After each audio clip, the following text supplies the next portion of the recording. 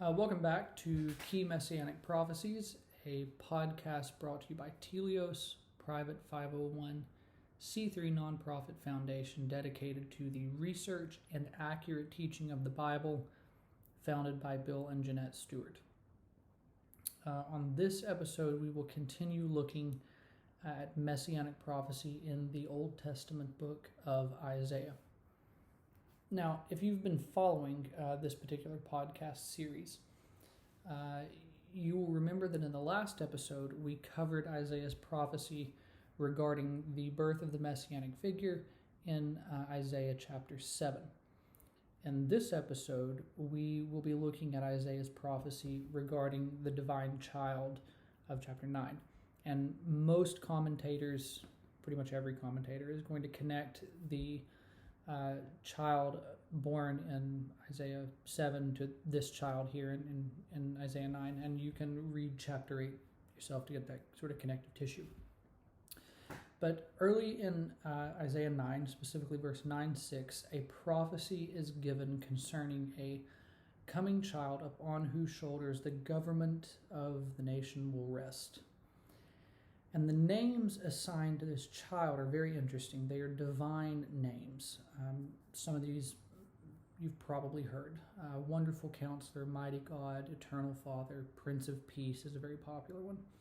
So it's clear on the basis of the names assigned to this individual alone that there is some kind of overt messianic connection.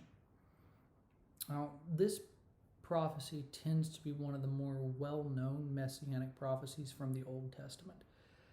Usually, if you just ask, the average Christian about messianic prophecy in the Old Testament, this is usually one that comes to mind fairly readily, primarily because of the overtly divine language used to describe the child. The divine names have worked their ways into songs, like worship songs that you might sing in church, or you hear on the radio. They're titles we often hear ascribed to Jesus in church circles. So the words of this prophecy have generally worked their way into the modern Christian lexicon just by virtue of being memorable.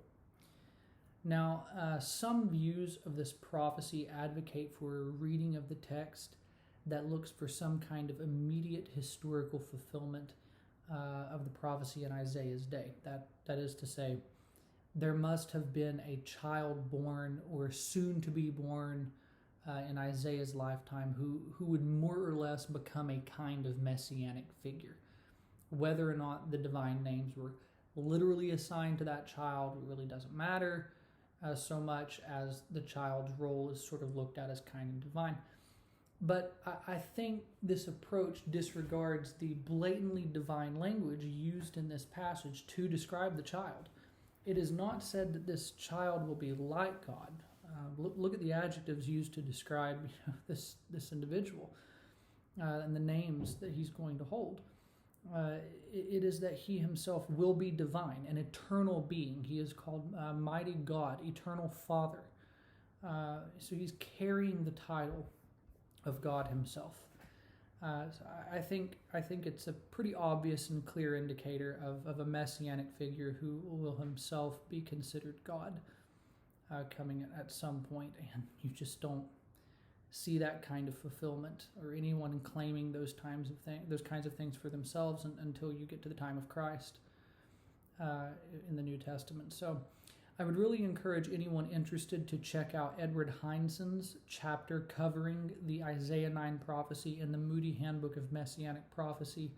And it's a shorter chapter, but he goes into more detail on the grammar specifically used in this section of Isaiah.